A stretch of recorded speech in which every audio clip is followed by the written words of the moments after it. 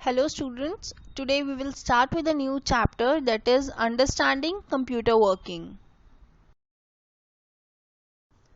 In this chapter, we will learn about the following topics, that are how does computer understand. We will also study about the different types of computer languages. Then we will learn about the different types of number systems, and at the last we will study about the software and its types. So first topic is how does computer understand.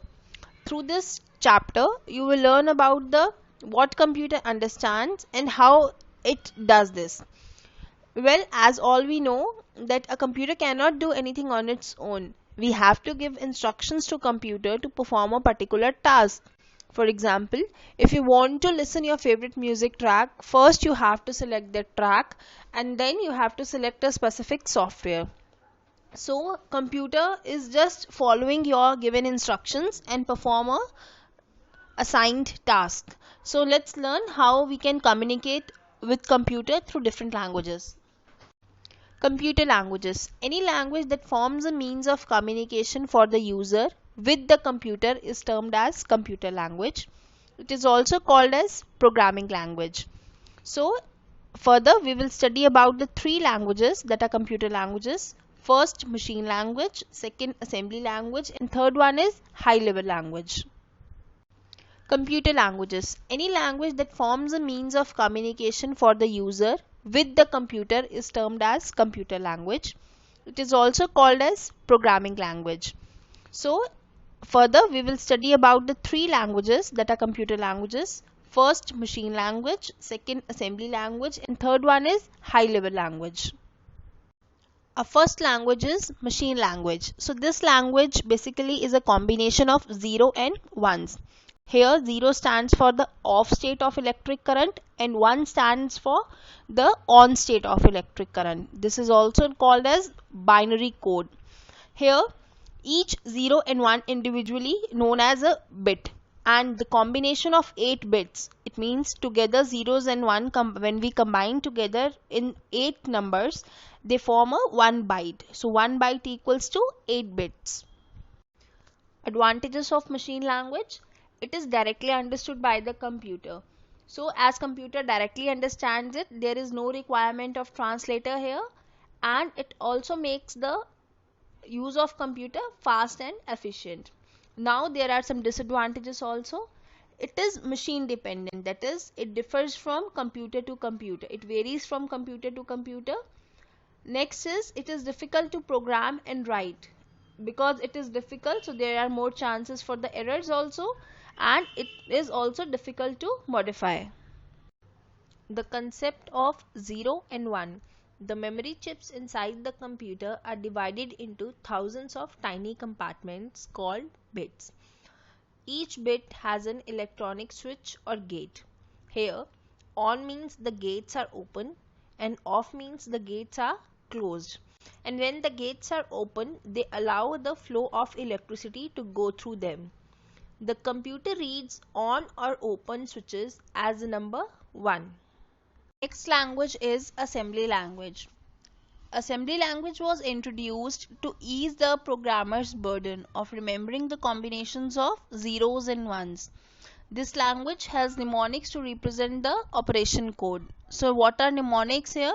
Mnemonics are the symbolic code to represent the program, to represent your operations. For example, if you want to multiply two numbers, so instead of writing a complete word multiplication, you can write it in a short form MUL.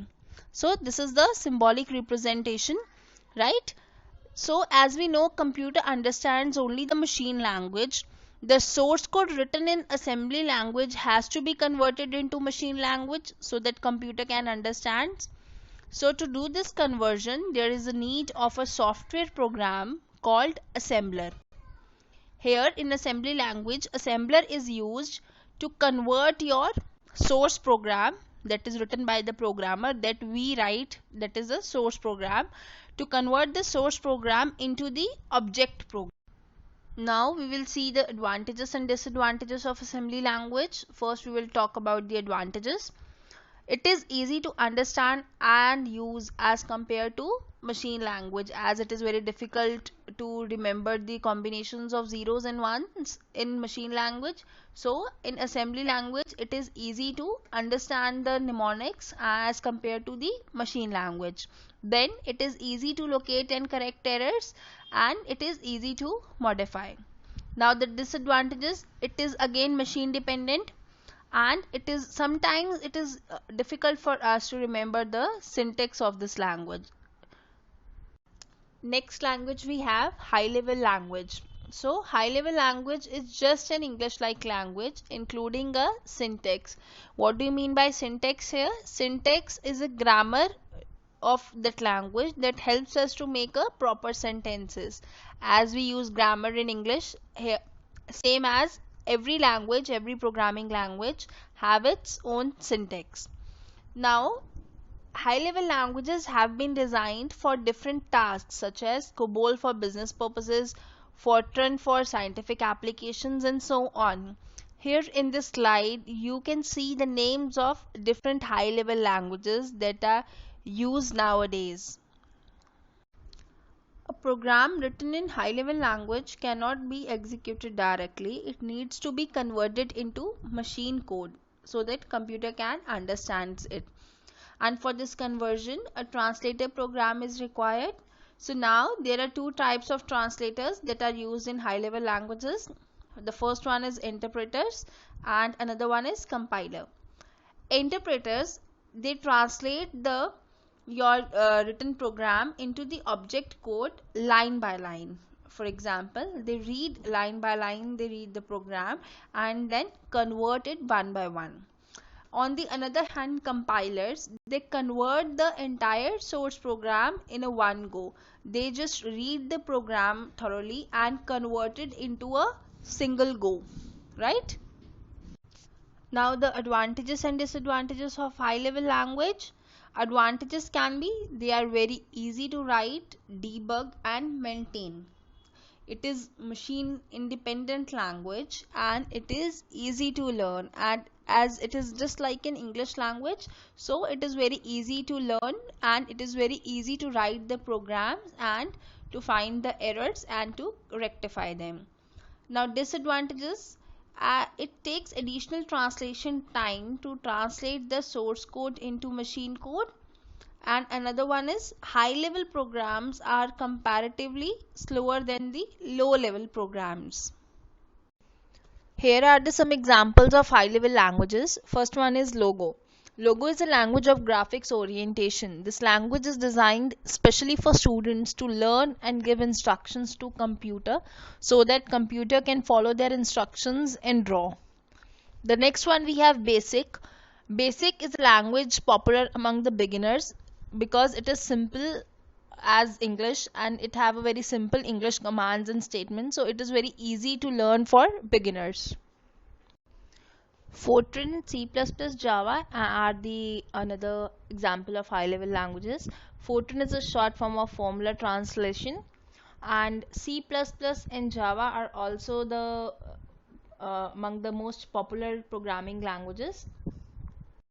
The next we have Python and Prolog.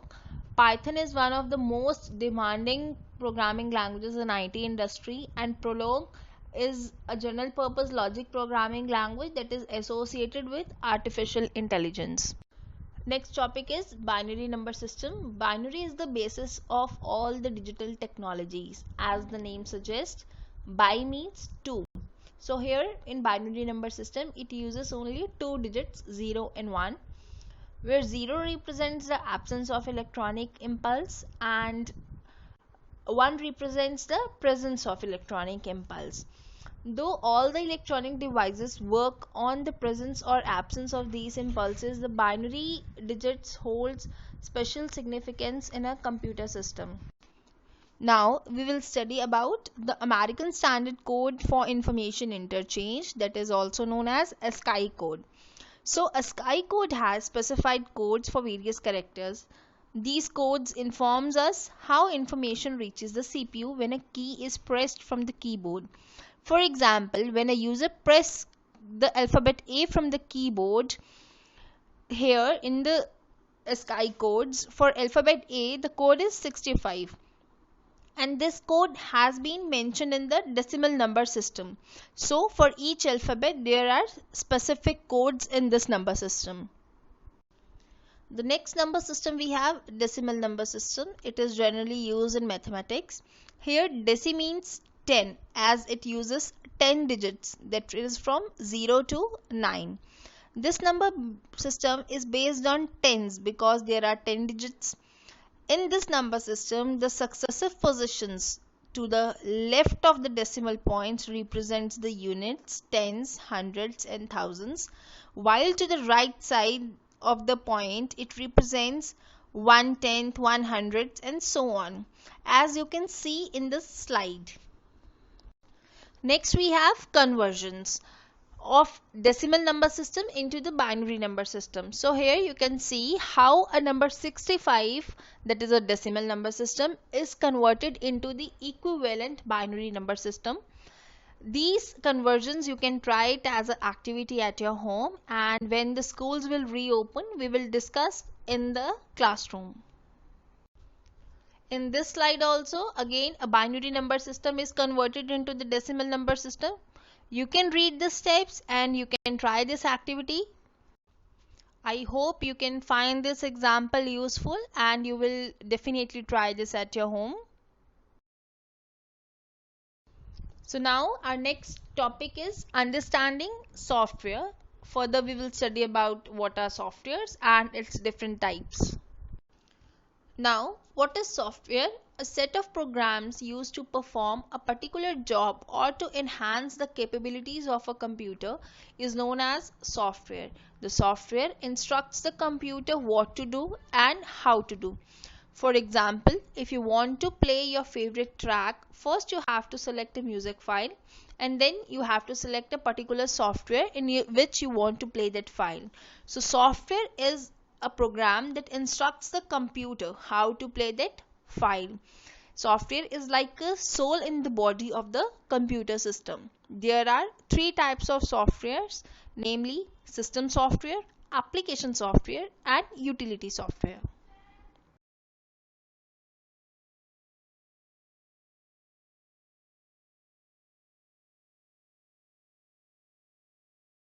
Next type of software is application software. It is capable of dealing with user inputs and helps the user to complete the task. It also called as end user programs or only an application. Some examples of application softwares are word processing softwares, spreadsheet softwares, presentation softwares and web browsers.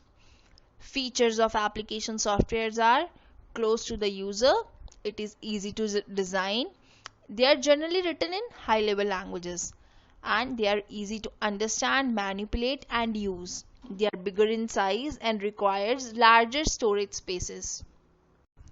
Next is utility software. It is a type of computer system software, also referred as service program or service tool. Software utilities are specifically designed to help the end user to manage and tune the computer hardware and software. Some examples of commonly used utility softwares are disk compression utilities, disk checkers and cleaners, system profilers, antivirus softwares and backup utilities. These softwares are basically used to enhance the functioning of the computer. So this is all about this chapter. Now there are some points that helps you to revise the chapter. So I want you to read these points one by one so that you can revise whatever we had studied in the chapter. So there are some more points to revise. So read these points so that you can get the gist of the chapter. And this is all about working with the computer system. Thank you.